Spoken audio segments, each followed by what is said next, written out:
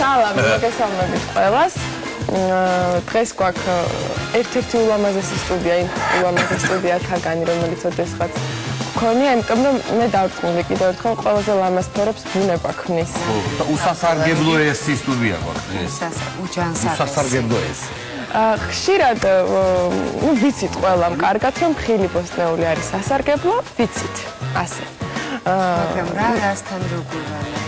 კი, მაგრამ ხშირად არ ვიცით კონკრეტულად რისთვის არის სასარგებლო. მე მაგალითად ყოველთვის ვიცოდი რომ ლიმონი იყო ძალიან სასარგებლო, შეიცავს ბევრ C ვიტამინს და ასე და ასე შემდეგ, მაგრამ ყოველთვის მეგონა რომ მანდარინი იყო უსარგებლო ხილი, რატომ? მაგრამ აღმოჩნდა რომ ძალიან სასარგებლო, რა თქმა უნდა, დოზების ფარგლებში. არა, უბრალოდ არისო რა. აფილა თურმე სასარგებლო. ყველაფერს თავისი ვარგებლობა აქვს და დანიშნულება აქვს და ყველაფერს ცნობაა ახლა. და სხვათა შორის ფერსაც ძალიან დიდი მნიშვნელობა აქვს თურმე. და მშრალ ხილს, ჩვენ ხო გონია რომ გამომშრალი ხილი თითქოს არ არის. ანუ ჩირი? ჩირი ვიტამინები დაკარგული არის, მაინც ესე იგი რაღაც დროის მანძილზე ალბათ იკარგება და იფიტება, პირიქით ის ინარჩუნებს და პირიქით უფრო კონსერვაცია ხდება და ღვინო რა თქმა უნდა. ამათი მე მიყურნარე მაგრათან. აი ამით. არის ძალიან სასარგებლო თუ რა რას ემსახურება, ამას უფრო ვთქვათ გავარკვევ ჩვენ სტუმრებთან ერთად დიმიტრი. შენ იმედი მაქვს ამ ღვინოს სულ არ დალევ და ამა? ხო. უსაფარგებლოა რა. გამოიზოგე გადაცემის განმავლობაში ძიმა, გამოიზოგე. ყლუპ-ყლუპად შეგიძლია მიირთვა. კი მივირჩე, მაგრამ არა ვარ ჯერ ევროპელი. მიუხედავად იმისა, რომ ასე თუ ისე პირადი და საოჯახო გამოცდილებიდან ჩვენ ვიცით თუნდაც ჩვენი შვილებისთვის რა არის მარგებელი და რა მავნებელი, მაინც გვჭირდება რეკომენდაციები, იმიტომ რომ ხშირად არის რომ აი ეს ორი რაღაცა ერთად არ უნდა მივირთვათ. ამიტომ შემოგვერთებიან ჩვენი სტუმრები, ენდოკრინოლოგები, ჩვენი მეგობრები, თამუნა ზერეკიძე და ქეთი ასათიანი, რომლებიც მოგვენატრა, იმიტომ რომ საკმაოდ გავიდა. სალამი, მოგესალმებით. აი განსაკუთრებით ხალხობით რა კარგად გამოიყურებია. ეს მინდა და მეგობრებს. აი ეგ ხომ მოგაწუდება რა. სწორია დაგიწმე. ჩვენ შევეცადეთ მაქსიმალურად ლამაზი და ჯანმრთელი სუფრა გაგვეშალა. დავალფეროვანი, არაჩვეულებრივი და მადის აღმძვრელი. ეხლა საინტერესოა რამდენი ქართული მამაკაც დააკმაყოფილებს ეს სუფრა. მამაკაც, იცით, თუ გავითვალისწინებთ იმას, რომ მამაკაცთა უმეტესობა უფრო ხორცს პროდუქტების მოყვარულია, მეც ესე ვფიქრობ, რომ მეტნაკლებად გულგრილს დატოვებს. თუმცა მოიძებნებიან ისეთი მამაკაცებიც, რომელიც დაკმაყოფილდებოდნენ აქ წარმოდგენილი არაჩვეულებრივი კომპონენტებით. ჩვენ მიუხედავად იმისა, რომ ყველაფერი შევეცადეთ რომ ყოფილიყო, მაინც გვერდი აუარეთ ხილის სეზონურობას, ასე ვთქვათ, და ის ხილიც არის აქ წარმოდგენილი და ბოსტნეული, რომელიც სეზონს არ შეესაბამება. მიუხედავად ამისა, არის რეკომენდირებული, ვთქვათ, აი მაგალითად მარწყვის მირთმევა. რა თქმა უნდა არის რეკომენდებული, იმიტომ რომ კვების სეზონური ხასიათი აუცილებლად გასათვალისწინებელია. ბუნებრივია, ბუნება ისეთი რამ არის, რომელმაც შექმნა ის პროდუქტი კონკრეტულად იმ სეზონისათვის, ის დატვირთა ყველა იმ აუცილებელი მიკრო-მაკროელემენტები და ვიტამინებით, რომელიც სწორედ რომ სეზონის განსაზღვრულ პერიოდშია გამოყენებადი. მერწმუნეთ ეს მარწყვი არაჩვეულებრივად გამოიყურება, მაგრამ ის ჩვენ მას ვერ შევადარებთ თუნდაც მარწვის სეზონზე მოსულ მარწვს. რა თქმა უნდა, შეუხედავს თან. მე ხნოს ცოტა დაქვეითებული მაქვს, მაგრამ მომათხოვე. ზამთარში ხილი არის? ზამთარში ხილი არის. სუნი კარგი. ციტრუსები, ვაშლი, ბანანი, როგორ არ არის?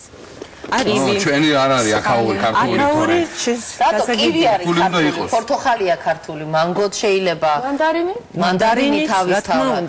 როწეული, რომელიც ზამთარში ძირითადად უფრო ამიტომაც კვების სეზონურ ხასიათს რა თქმა უნდა თავისი მნიშვნელოვანი წვლილი და ადგილი უჭირავს ჩვენს ყოველდღიურ კვებაში და საერთოდ იმ თავითვე ითვება ტრადიციულად რა, რომ ნებისმიერი პროდუქტი არის ჯანსაღი მაშინ, როდესაც ის მოიცავს ოპტიმალური ოდენობით ყველა იმ აუცილებელ, სასიცოცხლოდ აუცილებელ მიკრო-მაკრო ელემენტებს, რომელიც ჩვენს ორგანიზმს ჯანსაღ მდგომარეობაში ამყოფებს. რატომ? იმიტომ რომ ეს არის სწორი კვება და სწორი კვება ეს არის გარანტი ჩვენი ორგანიზმის ნორმალური ჯანმრთელი და ეს რა ფუნქციონირების. მინდა აღვნიშნოთ, ჩვენ ახლა იმისთვის კი არ მოგიწოდეთ, რომ ყველაფერი რაც აქდებს ყოველდღე თქვენს მაცივარში უნდა იყოს. მაგალითად, ანანასი სულ არ არის აუცილებელი მივირთვათ ყოველდღიურად, ხო?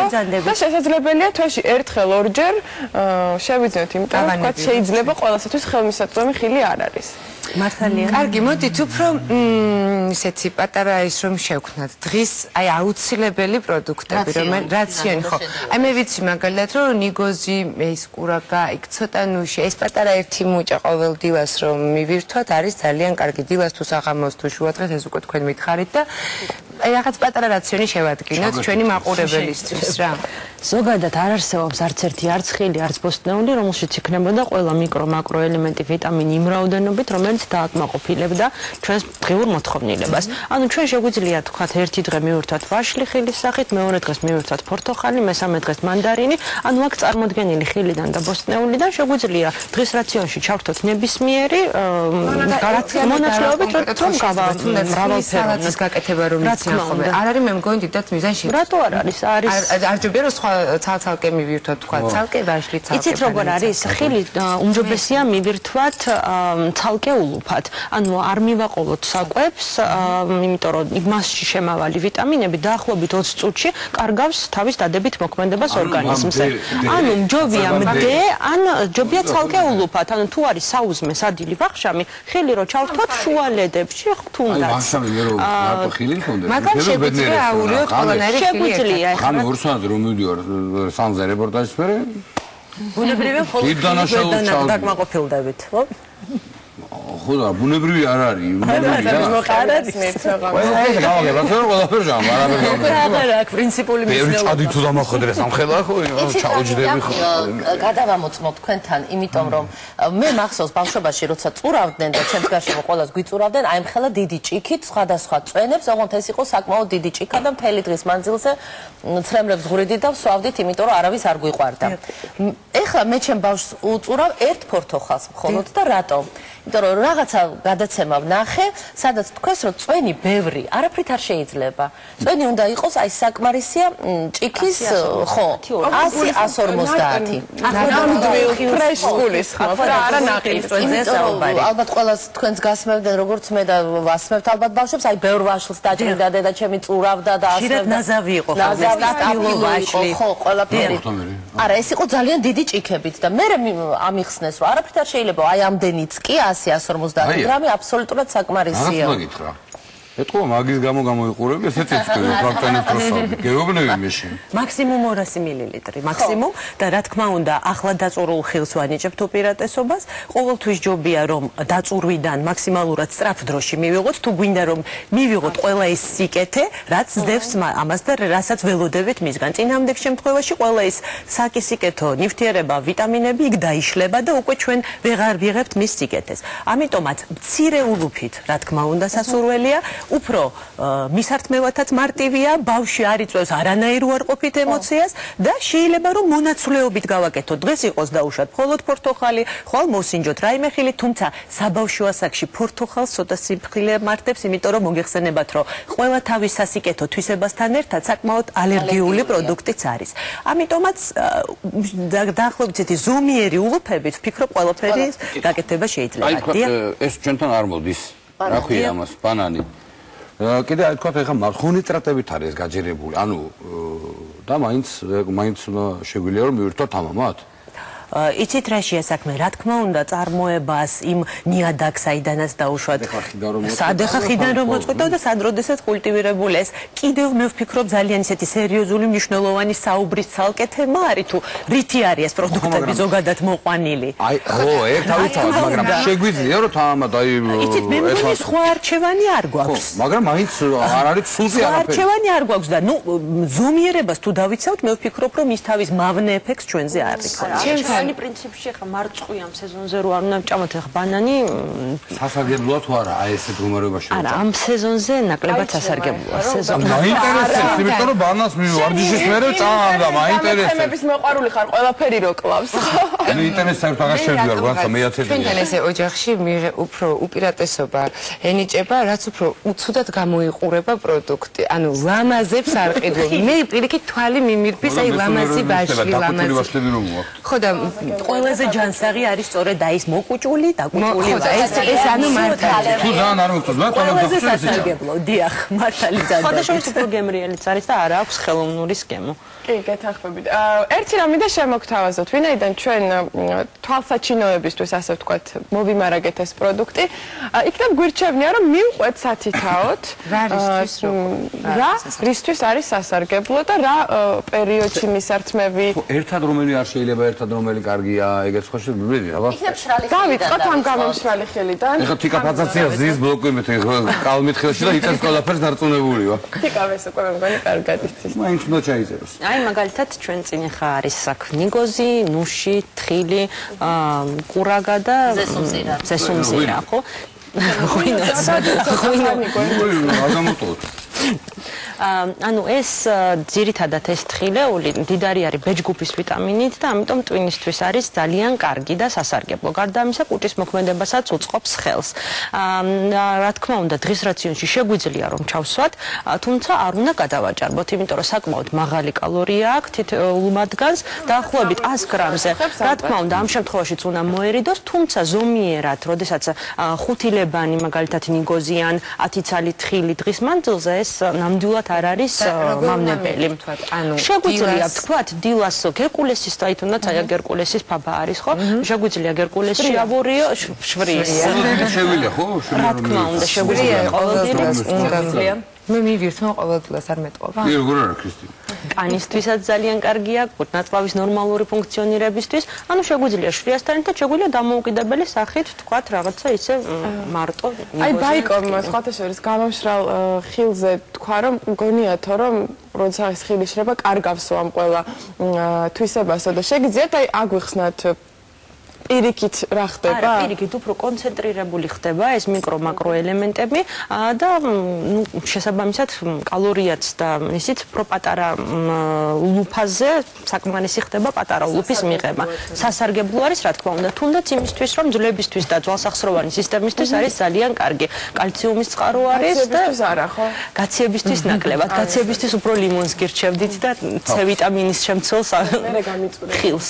თუმცა აქ წარმოდგენილი აი ამ ჩირის ნაზავს ხშირად გამოიყენებენ იმუნიტეტის გაძლიერების თვალსაზრისითაც. თაფთან ერთად, დიახ, გატარებულ მდგომარეობაში და თაფთან არეულთან და ერთი რამ მინდა დავამატო განსაკუთრებით დავძინო განსაკუთრებით ზესუმზირის მოყვარულთათვის. ანუ ზოგადად ალბათ ყოველთვის მიჩნეულია რომ ზესუმზირა ეს არის საკმაოდ მაღალკალორიული პროდუქტი, რომელიც პრინციპში ასიკეთის მომდანი თუნდაც ნაღლის ბუშტისთვის და კუჭნაწლავის ტრაქტისთვის არ არის, თუმცა ზოგიერთი ფსიქონევროლოგის დაკვირვებით ზესუმზირას მიანიჭეს ერთგვარი დამამშვიდებელი და ნერვული სტრესისა და დეპრესიის მომხსნელი ეფექტი. რა თქმა უნდა, ესე იგი ფაქტობრივად, ესე იგი ეს მონოტონურად ალბათ ერთი მოძრაობა არის, რომელიც გამოწვეულია სწორედ მათ მიირთმევით. და საოცრად ვნებს ასევე სხვათა შორის კბილების ემალს. კი, ძალიან აფუჭებს. რა თქმა უნდა. მაგრამ თავისი შემცემობა კარგისაც აქვს, იმიტომ რომ ზეც შეიცავს ნებისმიერ პროდუქტს აქვს როგორც თავისი დადებითი, ასევე უარყოფითი მხარე და შესაბამისად ალბათ ენდოკრინოლოგების ყველაზე საყვარელი სიტყვა ეს არის ზომიერება. ზომიერად თუ კი მივირთმევთ ნებისმიერ აქ წარმოდგენილ პროდუქტს აქ პრობლემა არის. აი ამაში მეც მგონია მაშინ ჯობია არ დავიწყოთ მისი მირთმევა. კარგი, განვაგრძოთ. თან კიდე ალბათ ყველა საკვები ინდივიდუალურად მოქმედებს თითოეულ ადამიანზე. მაგალითად ჩემზე პირიქით უარყოფითად მოქმედებს, უფრო რაღაცა ცუდ ხასიათზე მაყენებს მზესუმზირა.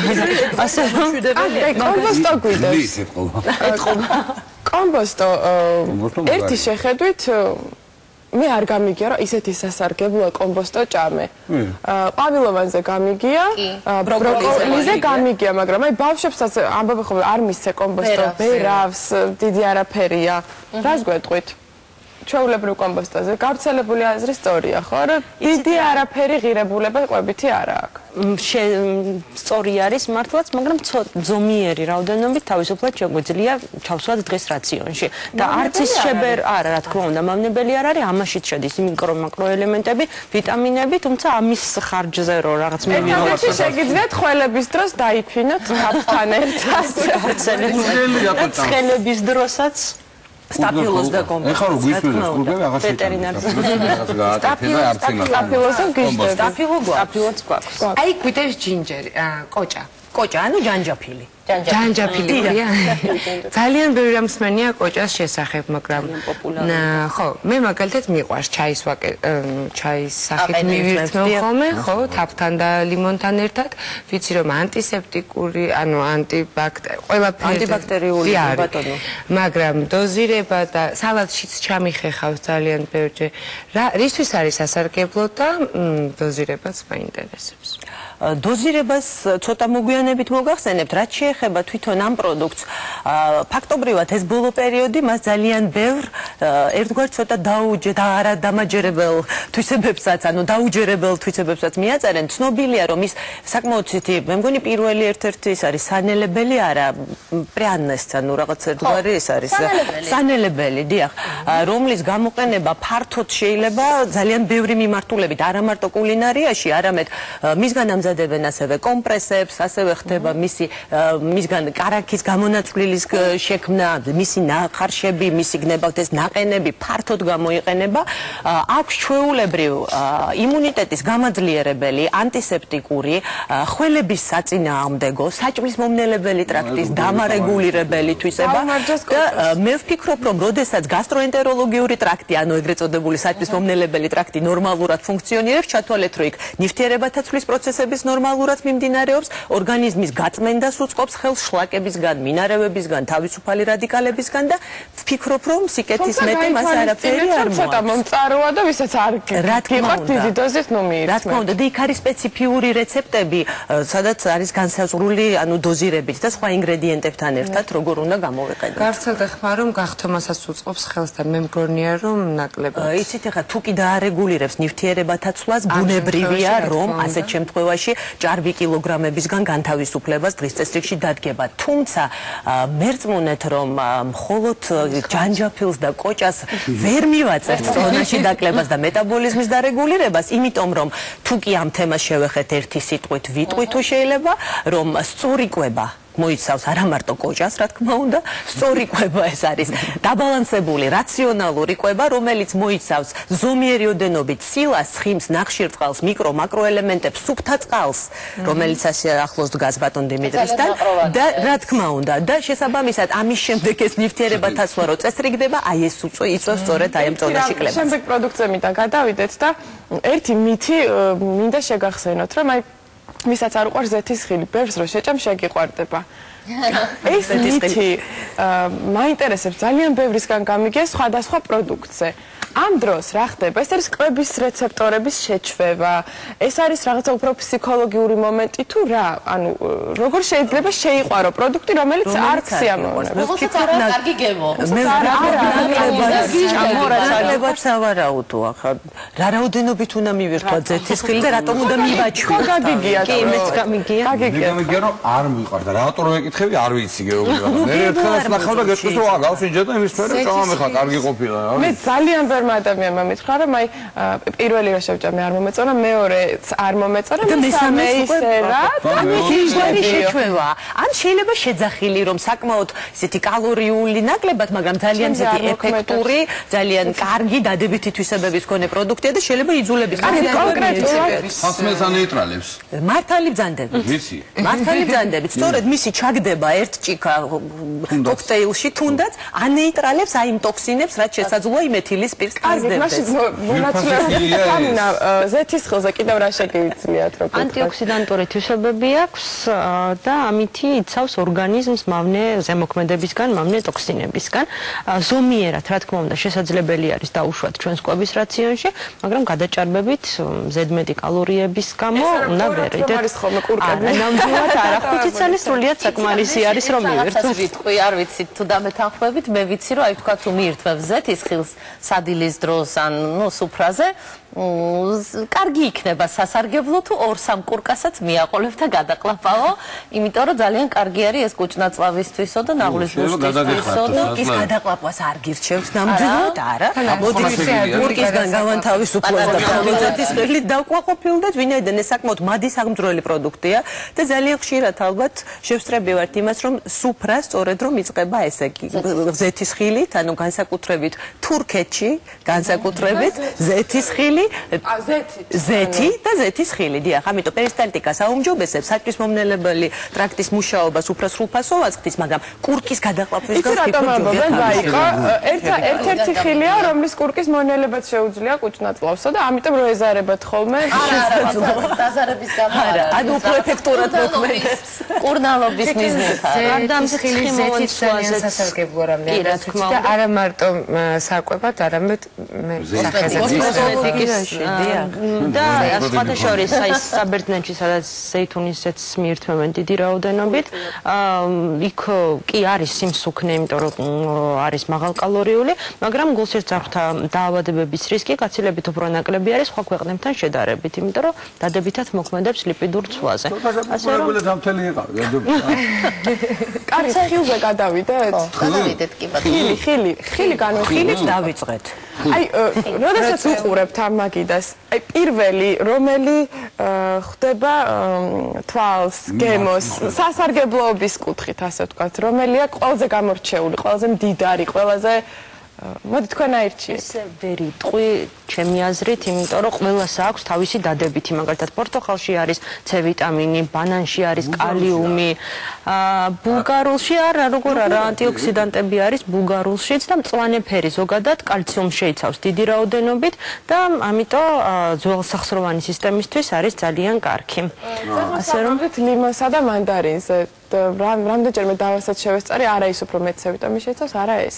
რომელი ციტრუსი შეიცავს უფრო მეტ C ვიტამინს და რომელი არის უფრო სასარგებლო? ლიმონი თავისთავად ცხადია, თუმცა რაც არ უნდა გასაოცრად ჟღერდეს, ბროკოლი თავისი C ვიტამინის შემცველობით არ ჩამოუვარდება ლიმონს და აბსოლუტურად იგივე შემცველობა არის მასში. არა, ეს მინდა ვისროლო ბოლოს. დიახ. ჰაიგული. ხე არის ოფიციალური რა. არა, ძალიან სასარგებლო პროდუქტი, საოცრად სასარგებლო პროდუქტი, თუმცა აქაც უნდა გავითვალისწინოთ ალბათ მისი მოხმარების წესიც, იმიტომ რომ რა თქმა უნდა ნებისმიერი თერმული დამუშავება შეიძლება მივიყვანოს იქამდე, რომ მან დაკარგოს თავისი ვიტამინური ღირებულება. ერთი წამით რაღაცა უნდა დავასრულოთ მისის სტუმარი დიმიტრი იქნებ თქვა ბოლომდე.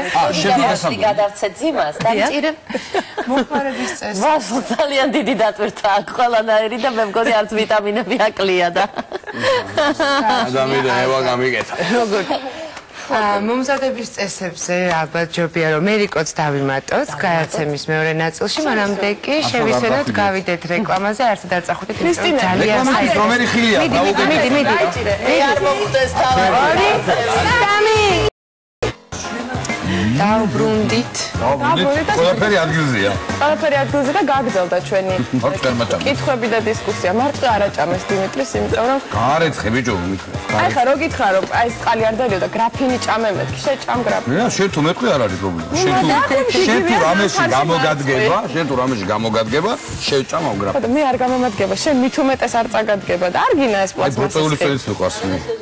სეზონი ძალიან სასარგებლო, მაგრამ როგორც ყოველთვის ამ ხელებიც არ არის ხოლმე ეს ბუნებრივად მოყვანილი. ჩვენ პროდუქტების მომზადების სწორ წესზე გვინდოდა საუბარი, დავიმატოთ ადამიანი შესაბამისი მერიკო გუბელაძე. გთხოვ შემოხვიდე მერი. მოდი. ეს რა ფეგიფე დღეს პირდაპირ გეტყვი ხვალ ხიათ ხო? გისმედით ძალიან საინტერესო იყო ყველაფერი. ხო, სანამ მერიკოს ჩავთრეთ ჩვენ საუბარში, მე როგორც ვთქვი, მაყურებელს ძალიან ჩაერთო. ძალიან კარგი. ჩვენ კითხვები შემოდის. და მაყურებელს აინტერესებს, ჩვენც ყველას გვაინტერესებს, რამდენად ყველას გეკითხებით მერიკო შენც კომპოტებს რასაც ვეძახით. ანუ ხილი, რომელიც შეურიეთ, მოვხარშეთ, ცოტა შაქარი დავაყარეთ, წამოვადუღეთ და გრილ მდგომარეობაში ბავშვებს ვაძალებთ რომ დალიონ. ზოგს უყვარს, ზოგს არ უყვარს, მაგრამ ყოველ შემთხვევაში გონია რომ ეს არის ვიტამინებით სავსე და ყოველ შემთხვევაში ლიმონადს და რაღაცა ლიმონადს არ ვიტყვი, ნუ სხვადასხვა ეს გაზიანს. ბევრი ჯობია, რა თქმა უნდა. სწორად აღნიშნეთ. ჟავე? კომპოტი. დიმიტრი, მაგია, წავიდეთ თუ რა არის ალბათ მე დამეთანხმება, ოდნავ თაფლს დაუმატებთ, ის გაცილებით უფრო სასარგებლო იქნება ორგანიზმისთვის, ვიდრე შაქრის თხნილის დამატება. მე ვფიქრობ და ზოგადად კომპოტის წინააღმდეგი ნამდვილად არ ვარ, თუმცა რა თქმა უნდა, სად როდესაც ესეთი სახით მივირთმევთ ხილს და მასში არის ყველა ის ვიტამინური ღირებულება, ცოცხალი და თუნდაც ახლა დაწურული და სად როდესაც დაუშვათ ნახარს მოვამზადებ. ეს ძირითადად ხდება, როცა ბავშვებს არ უყვარდა არღებულობენ. როდესაც საერთოდ არ იღებს ხილს ბავშვი, ამ შემთხვევაში თავისუფლად შეგვიძლია, მაგრამ რა თქმა უნდა, კომპოტის სახით ისედაც ალბათ არ არსებობს ბავშვი, რომელიც არ ითხოვს რაიმე ფორმით წვენს. იგივე ხო, ტკბილ წვენს ლიმონათი, კომპოტი თუ წვენები იქნება, რომელსაც ყიდულობთ. ანუ ჯობია სახში მოუხარშოთ. ახლა დაწურებული უფრო არ უყვართ. ყველას მინდა გითხოთ, იმ დღეს რაღაცაზე ვსაუბრობდით რაღაც წრეში და ამბობდნენ, მე მგონი მერიკო შენც იყავი, რომ ეს წვენები, რომლებსაც ახატია ეს ნაირ-ნაირი ხილი, რეალურად არისო რაღაცა ვაშლის წვენის ბაზაზე დამზადებული, შემდეგ ძალიან ცოტა შენარევები. კი, რა თქმა უნდა, ანუ არაფერი მასში ყვებით იღირებული. ის წვენები, რომელიც შემოდის საზღვარგარეთიდან, ნატურალური წვენის სახით, რეკომენდაციას აძლევთ თუ არა? აინც რომ მე თავში ვიკავებდი ამგვარი რეკომენდაციისგან გამომდინარე იქედან, რომ ის სანამ ჩვენამდე მოაღწევს და ჩვენს დახლზე დაიდება, რამხელა გზა აქვს იმას გამოვლილი, შესაბამისად რა პირობებში მოდის, რა აქვს დამატებული იმისათვის, რომ თუნდაც ვარგისიანობა შეინარჩუნოს და იმ სახით ჩამოვიდეს, როგორც არის ჩვენთან, რა კონსერვანტია, რა ემულგატორები, მე რა თქმა უნდა, მაინც გირჩევდით, რომ ეს იყოს ახლად დაწურული ხილის წვენი, რომელსაც ანუშუალოდ სახლის პირობებში მოვამზადებთ ამ ნებისმიერ ესეთ დაწესებულებაში, სადაც ისიც რომ საიდან მოდის, ამდენი ხანი მოდის, და ბანანი, წვენების სხვა რაღაცაა. ეკემაც არის. არა, იცი რა, უბრალოდ არ მინდა მაყურებელს ილუზია ქონდეს, რომ ყიდულობს რაღაც ნატურალურ წვენს. მაშინ ჯობია ქართული წარმოები შეიძინოს მართლა, რომელიც არსებობს საქართველოში. და ის მაინც მოიტყუებს თავს. არა, სხვადასხვა ბევრმა არ იცის და გონია, რომ აი ნატურალური წვენები, რომ ვეუბნებით, რომ ახლად დაწურული წვენი, ის ჩვეულებრივი ნაყიდი წვენი შეიძლება და უნდა აუხსნა, რომ ის დამატებულია ემულგატორები, დამატებულია კონსერვანტები, არ არის. არ კითხვა, აწერია, თუმცა მაგრამ აწერია. ანუ რეალურად შაქრის გარდა არაფერი არ გაქვს, შინგიც კარგი. კარგი, ბოსტნეულზე არ გადავიდეთ? კი, მიდი.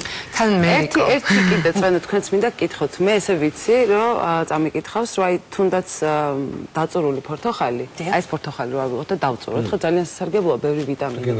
მაგრამ მაინც ჯობია რომ მივირთვათ მთლიანად თავისი რაც აქვს. ჩენჩოია, მართალია ჭანდებით. რა თქმა უნდა, იმიტომ რომ ის უჯრედისი, რა სიკეთეთ შეუძლია მოიტანოს ჩვენს ორგანიზმს ის წვენის სახით, როცა გამოიწურება, რა თქმა უნდა, არ არის. უმჯობესია, რომ მთლიანად მივირთვათ, კარგად გავფრთხნათ, უპირველეს ყოვლისა, კარგად ჯერ გავრეცხოთ. შემდგომ უკვე კარგად გავფრთხნათ და მივირთვათ. არა, შიგნით არსებულია ის თეთრი რაც არის, ჩენჩო, ანუ თორე მე რო წურა ხომ კანიანად წურა ხომ მაგას საწურში. რატომ მე ის ხო შეება ის ჩენჩოები? უფრო ადვილია რა. უფრო ადვილია. რა სარგებლობა მოაქვს ბულგარულ წიწაკას? ვიტამინი C, ხო? ამას გარდა C ვიტამინისა, ბულგარული წიწაკა ფაქტობრივად ეს არის წყალი და რაც არ უნდა გასაოცრად ჟღერდეს ნახშირწყალი. ისევე როგორც მწვანე წიწაკა. თქვენ ანუ ცოტა ნაკლებად დასაჯერებელი არა რომ მწვანე წიწაკაში არის შაქრები ეგრეთ წოდებული, ანუ ნახშირწყლები. საკმაოდ დიდი რაოდენობით ბულგარულ წიწაკაშიც და მწვანე ხავშიც. ძირითადად წარმოდგენილი არის ნახშირწყლების მერიკო, როდესაც ამზადებ რაღაცას, ამას იქ ცოტა ზეთში ხრაკავ, აი მითხარი როგორ აკეთებ ისე რომ ჯანი მთელი დარჩეს ეს და სარგებლო მომიტანოს იმ სადილმა რომელსაც მე მერე მივირთმე. მე უკვე ის მე პარანოია მაქვს მაგასთან თქვენ იცით მგონი არაფერს ბოლომდე არ ვხარშავ არ ვხრაკავ ვცდილობ ყოველ შემთხვევაში ყველაფერი იყოს ძალიან სწრაფად ცოტა ზეთზე აი ცოტა და ეს გვჭირდება კიდე სამეთანხმებით ალბათ იმიტომ რომ არის რაღაც ვიტამინები რომლებიც მხოლოდ ზეთთან შეიწოვება ორგანიზმში ეს ლამაზი ავარ. თემას უხდით. არა, ისე ვიკითხოსო. არ არის ქართული. არა, ნაბიჯდება ქართული. ის თვისებები აქვს ისევ რაზეც ლაპარაკობთ ახლა. რაც უფრო დამჭკნარი და მახინჯი იქნება, უფრო სასარგებლოა. მართალია. ავაჭკნო და ამახინჯებ რა. ზეთის თემამდე გავაგრძელოთ. მაყურებელი გვეკითხება, ზეითუნის ზეთში შეწვა, ალბათ მერიკოსთან უფრო ეს შეკითხვა. იცი, შეწვა არ არის რეკომენდირებული, მე როგორც ვიცი, აი შეწვა, რასაც ქვია, აი თქვათ კარტოფილის შეწვა სიტყვაზე. მაგრამ მოთუშვა, აი სწრაფი მოთუშვა ზეითუნისში შეიძლება რა თქმა უნდა და ძალიან ჯანმრთელია და ისიც რაღაც თუ მოვასხავთ და ესეც კიდევ უფრო უკეთესი. არის რაღაც ბოსტნეული მაგალითად სტაფილო ბევრად უფრო სასარგებლოა თერმულად დამუშავებული ვიდრე უმი. კი. იმიტომ რომ ბევრი მინერალი რომ წურავენ ცოტაზეც ამატებენ. კი, რა შეიწოვოს ზეითუნის ვიტამინები და თან არის ერთი მომენტი, რომ ის მინერალები, რასაც სტაფილო შეიწოვოს, უფრო ზემოთ ამოდის და უფრო დიდი რაოდენობით ხდება მოხარშულში, თქვათ. ვიდრე მოხარშული ფასადებლოა. მე კიდე რა ოდენამ მოხარშულია, მაგრამ გოგონებმა მითხრეს, რუც რო იღებენ თან სტაფილოს თუ სოუბერს, თუ უფრო კარგად შევეჯებიო, მართალია? სტაფილომ ძალიან დიდი გამოყენება პოვა კოსმეტოლოგიაში, მართალი ბრძანდებით, იმიტომ რომ ნიღბები სტაფილოსგან მომზადებული, ან ამ სტაფილოს საფუძველზე მომზადებული ნიღბები მსუბუქი ნარუჯის შეფერილობას იძლევა საფისკანზე. რომ გავხიხო ზეითუნისეთი ჩავასხა და სახეზე მოვიც. მართალი არღებს.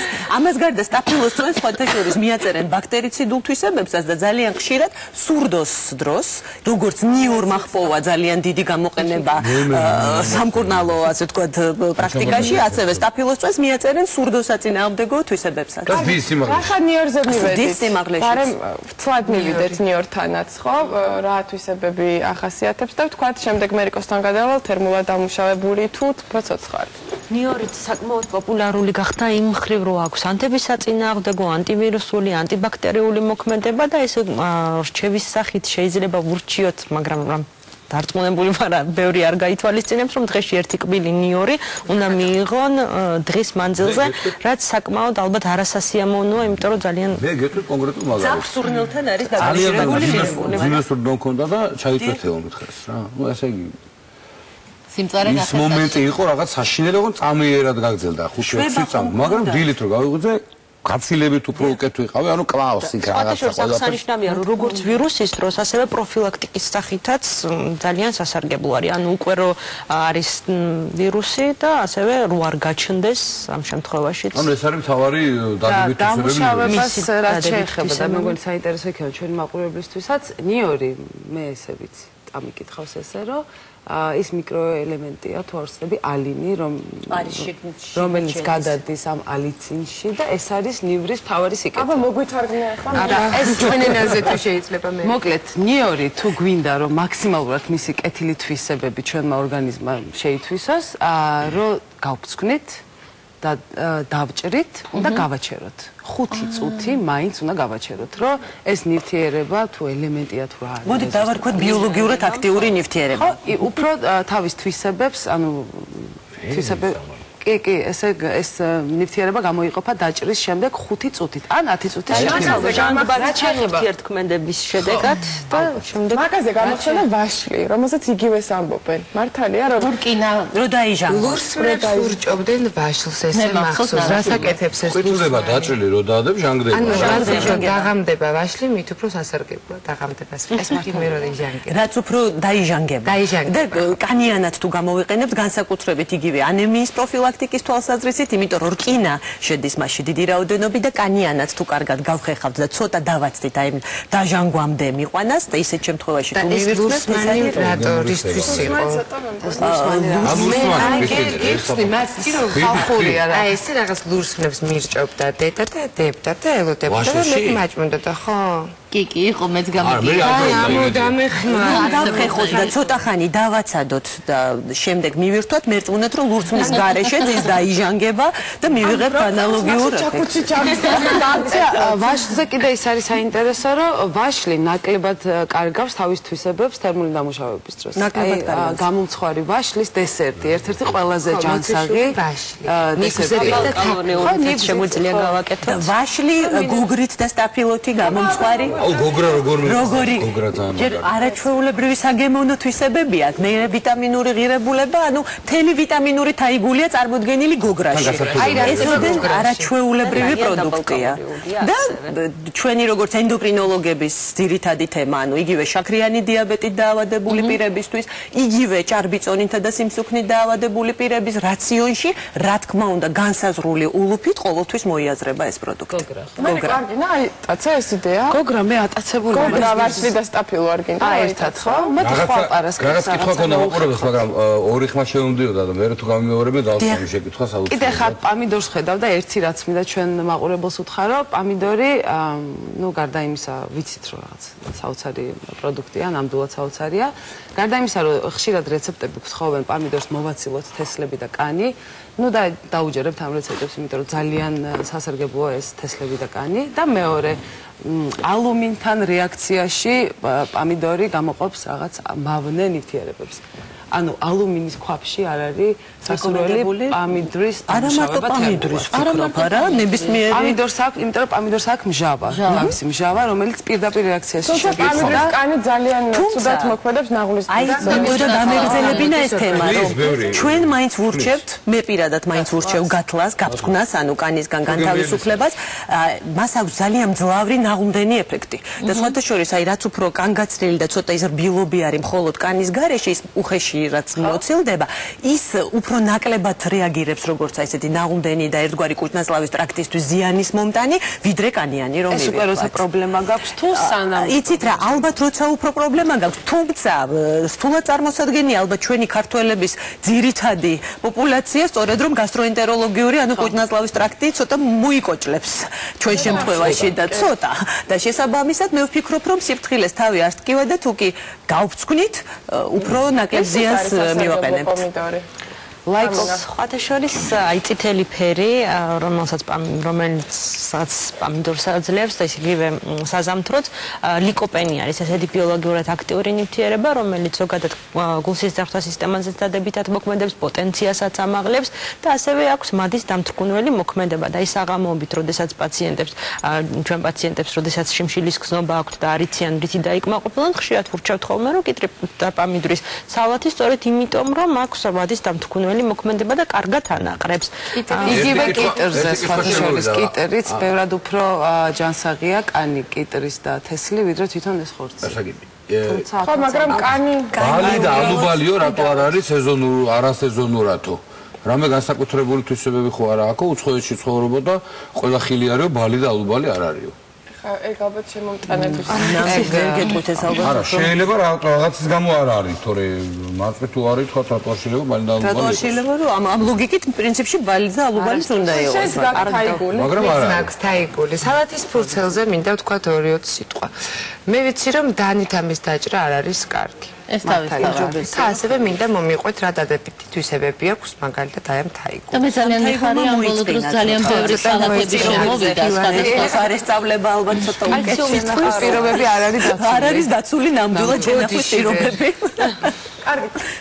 ანუ პირველ სასარგებლო თვისებები ამ წვანილეულის, ასე ვთქვათ, წვანე ფოთლების, წვანილების ალცბოტო. რძის პროდუქტების შემდეგ კალციუმის უმნიშვნელოვანესი წყარო არის და ის ადამიანები, ვისაც ვთქვათ, არ უყვარს რძის პროდუქტები, ხშირად კალციუმი რომ მიიღონ, ვურჩევთ ხოლმე რომ მიირთვან დიდი რაოდენობით სალათის ფოთლები. კარგად უნდა გავრეცხოთ, თქო, უპირველეს კომენტარს, მაგრამ ძალიან კარგად უნდა რა თქმა უნდა და ალბათ თითოეული ფოთოლი ძალიან დიდი რუდუნებით უნდა დავაშროთ. იმისათვის რომ მე მან ეს თუნდაც ესეთი ელფერი დამჭკნარის არ მიიღოს.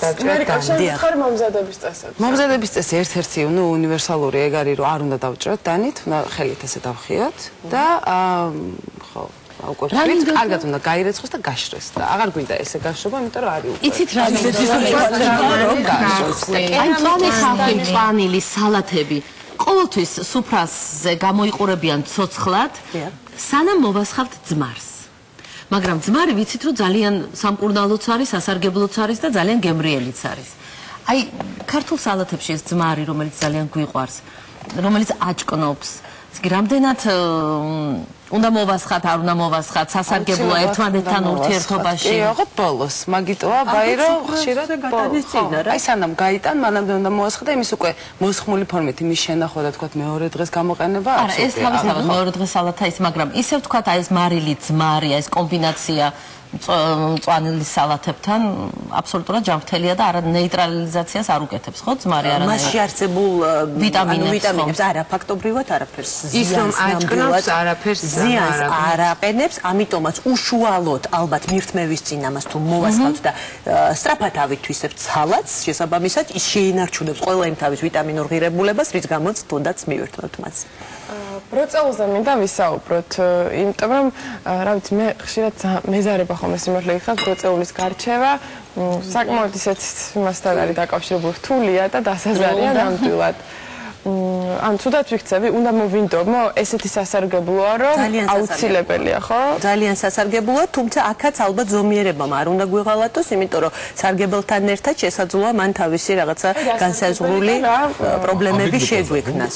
ანუ ბროწეული ალბათ უპირველეს ყოვლისა, როდესაც საუბარი არის სისხლში ჰემოგლობინის დაბალ დონეზე, ეს არის ერთგვარი ბუნებრივი მძლავრი საშუალება ამის პროფილაქტიკის. რა თქმა უნდა, მე შორს ვარ იმ მოსაზრებიდან, რომ მხოლოდ ბროწეული შევძლებთ ჩვენ ჰემოგლობინის დონის მოწესრიგებას, მაგრამ ალბათ თუ განვიხილავთ ამ სიტუაციას და კომპლექსურად მიუდგებით იქ წავახმართ გარკვეულ სხვა რკინის შემცველ პრეპარატებსაც, ბროწეულის სიკეთე მანდ უცილობელია. ამას გარდა ანტიოქსიდანტი არის ძალიან მძლავრი. შესაბამისად, მასში სარგებელი გაცილებით უფრო მეტია, პრინციპში ვერც მოვიგონებ ესე უარყოფით მხარეს, იმიტომ რომ ის ფაქტობრივად რაშვება. ის ასევე ანიჭებს ერთგვარ ელასტიურობას ჩვენ სისხლძარღვის კედელს, გულსიზარდთა სისტემის მოქმედებაზეც მეტნაკლებად გავლენა აქვს, თუმცა დიდი მოცულობით მისი გამოყენება ერთგვარ გავლენას არტერიული წნევის ციფრებზეც ახდენს, ამიტომაც ზომიერება თუ არ გვიღალატებს, ვფიქრობ, უნდა გამოვიყენოთ. ზომიერება არ მგონი თავარია, რა თქმა უნდა. ისეც რა თქმა უნდა ინდივიდუალური მოქმედების არის, მაგრამ დიდი რაოდენობით მიიღება შეკრულებისკენ განაწყობს და ამიტომ მაინც ვერიდებით იმ პირებთან, ვისაც შეკრულებისკენ აქვს მიდრეკილი. თან ერთად, აი კივი არის ის პროდუქტი, მე მგონი, რომლის დანახვისასაც არის ყველაზე მეტი ნერწყვი გამოიყოფა. ლიმონის შემდეგ სავარაუდოდ. ზოგიერთი ხელს ვერ კიდევს. ხაოიანურია. ნუ ეგ ალერგიული თუნს, მაგრამ ვიცი რომ სასარგებლოა ძალიან. მიირთმევენ კანიანად ზოგ ქვეყნებში. მართლა? როგორ? იმიტომ რომ აქვს ანტიოქსიდანტური მოქმედება სწორედ ამ კანს, ახლა რა თქმა უნდა აშორებენ ზედმეტ ხავებს, მაგრამ ჩვენთვისაც წარმოუდგენელია, მაგრამ მიირთმევენ ზოგ ქვეყნებში. ანტიოქსიდანტური მოქმედების გარდა რა თვისებები არის გაერთიანებული კივში? C ვიტამინი შეიცავს და იოდის შეიცავს ძალიან დიდი რაოდენობით და ზოგადად საქართველოს არის იოდ დეფიციტური რეგიონი, ანუ იოდი ნაკლები რაოდენობით გვაქვს საკვებში, ნიადაგში, წყალში, ამიტომ აი აქედან მიღებული იოდიდან, კივიდან მიღებული იოდი საკმაოდ დიდი მნიშვნელობა ენიჭება. და იდეალურად აწესრიგებს ასევე კუთვნილ-თავის ტრაქტის მოქმედებას. და ძალიან გამარტივებულია მისი მირთმევა. ადრე თუ ეს იყო დაკავშირებული გარკვეულ სირთულეებთან, რომ ვერ გავთვლი, ვერ გავფრთხნი ამისთვის არ მცალია, კარგად თუ გავრეცხავთ, დანით გავყოფთ შუაში და მივირთმევთ კოვზის საშუალებით, ძალიან მარტივად მირთმევადია და ძალიან სასარგებლოა. თუ რა თქმა უნდა არ გვაქვს რაიმე ინდივიდუალური აუტანლობა ან ალერგია კონკრეტულად კივისადმი. აი გაყინულ ხილზე ახლა იმ ბალდალობაზე რო თქვა, ბევრი აკეთებს რო ყინავს რომ ზამთარში მე კონდეს აი აქ გამაზე რა დადებით ემოციებთან არის არა დაკავშირებული შემდეგ რომ გაალღოთ და თუნდაც იგივე ნაყინთან ერთად სხვადასხვა კენკრა წარმოდგება ან რაღაც კომპოტში ანუ კარგია? კი, კარგია. ანუ მისასალმებელია. ნუ მეტნაკლებად ინარჩუნებს ალბათ ხო მთლიანად არა, მაგრამ რობას ალბათ რა თქმა უნდა ჯობია იყოს ეს. და იგივე იყოს ჩვენს მიერ შენახული, თუნდაც იქ დაცული ყველანაირი წესებით და იმიტომ რომ ის მოსულია იმ დროს, როდესაც იყო მისი სეზონი არა და მისი დრო. და ჩვენ მე შევინახეთ უბრალოდ პატვივეცი. ყურძენი.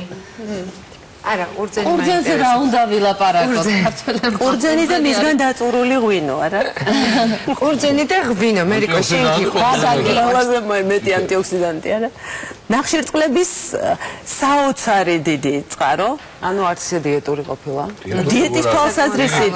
ასუქებს მაგრად. ამაში ესაქმე რომ არც ისე დიეტური ყოფილა გითხრა მერიკომ და რა თქმა უნდა, შაქრიანი დიაბეტით დაავადებულ პირებს ვერანაირ რეკომენდაციას ვერ გაუწევთ, ვისაც აწუხებს ჭარბი კილოგრამები და სიმსუქნე, იქაც საკმაოდ სიფრთხილით და უნდა დავჯერდეთ განსაზღვრულ ძალიან მცირე ულუფას, ძირითადად წარმოდგენილია ნახშირწყლების სახით, თუმცა ღვინოს რაც შეეხება, ეს უკვე ვიცით რა სიკეთის მომტანი არის, რა ზომიერებით, რა დოზირებით, იმიტომ რომ როდესაც საუბრობთ უკვე ღვინის სიკეთეზე, ეს არ უნდა იყოს აღქმული მაყურებლის მიერ ისე, რომ განუსაზღვრელი რაოდენობით უნდა მივირთვათ თუნდაც წითელი ღვინო, რომ მან ყველა თავისი დადებითი გავლენა მოახდინოს იგივე სისხლში ქოლესტერინის დაკლებაზე, თუნდაც სიხლძარღვების ანათურის კედლის ელასტიურობაზე, საკმაოდ ალერგიული პროდუქტია. პირადად მე წითელი ღვინოს მირთმევის დროს მაქვს განსაზღვრული ალერგიული რეაქციები. ამბობენ, და არ დაგვავიწყდეს უკაცრავად გვანცა გაწყვეტინებ, რომ ნებისმიერ ღვინოში არის ეთილის სპირტი, რომელიც არის პირველი მტერი ღვიძლისთვის. აქედან გამომდინარე, ყოველთვის სიფრთხილით ვეკიდები ხოლმე ალკოჰოლურ სასმელზე საუბარს და იმ ზომიერებაზე, რაც მისი მირთმევის დროს უნდა დავიცვათ, იმიტომ რომ ალბათ დიმიტრი დამეთანხმება, რომ ერთ-ორ ჭიქას ჩვენს რეალობაში ნაკლებად ჯერდებიან. მე მაგალითად წითელს ჯერდები ხოლმე. უნდა დაამთავროთ და მე ძალიან მიყვარს კიტრი. ერთ-ერთი ჩემი ყველაზე საყვარელი პროდუქტია, მაგრამ ამბობენ რომ ცარიელი წყალია, ხა კიტრი რა არის ცარიელი წყალი? არა, მაშინ გერდონისია. არა, კიტრი მართალი ბრძანდებით 95% წყალია, თუმცა შეიცავს ძალიან ბევრ ისეთ ბიოლოგიურად აქტიურ ნივთიერებებს, რომელიც ცხოველური ცილის ათვისებაში გვეხმარება. ამიტომ არის გამართლებული სხვათა შორის ხორცს პროდუქტებთან ერთად იგივე კიტრისგან მომზადებული სალათის მირთმევა, იმიტომ რომ ის ძალიან კარგად უწყობს ხელს იმ ცხოველური ცილის ათვისებას. ამას გარდა კიტრი, რაც არ უნდა გასაოცრად ჟღერდეს, გარკვეული დოზით იოდსაც შეიცავს. ყველა თავის კალიუმის და კალციუმის და სხვადასხვა მინერალური ნაერთების გარდა, მხოლოდ წყალს ნუ დავაბრალებ. მე როგორც ვიგებ, სრულიად უსარგებლო ხილი არ არსებობს. არ არსებობს. რა თქმა უნდა, დაბალანსება და რაციონალურად ამის მირთმევა. ჩვენს ტელემაყურებელს მინდა უთხრა, რომ ხვალ მერი გააკეთებს აი ამ ყველაფრისგან რაღაც ძალიან ჯანმრთელ და კარგ კერძებს. ვეცდები რა ყველა ინგრედიენტი. და შაბათს ჩვენი ნაკრები მორაგბეები თამაშობენ რუსეთის ნაკრებთან და წინასწარ გეტყვით, რომ ხვალ ჩვენი მორაგბეების, რამდენიმე მათგანი იქნება ჩვენთან ტრადიციის მიხედვით, რომელიც ჩამოყალიბდა. რამდენი ჩვენთან იყო ყველა თამაშობები. ისეც იგებენ ხოლმე, მაგრამ ჩვენ ვიბრალებთ, რომ ჩვენთან რომ მოდიან, იმიტომ იგებენ. ჩვენ გვიყარია. და ხვალ მოკლედ მერიკო ჯანსაღი. ძალიან ჯანსაღად გამოვყვებავთ. გამოვიყენებთ ყველაფერს, რაც აქ არის. მოკლედ ეს ნაწილი ჩვენი გადაცემისა დასრულდა. ძალიან დიდი მადლობა ძალიან საინტერესო საუბრისთვის და წავედით რეკლამაზე. წაი. წავედით რეკლამაზე.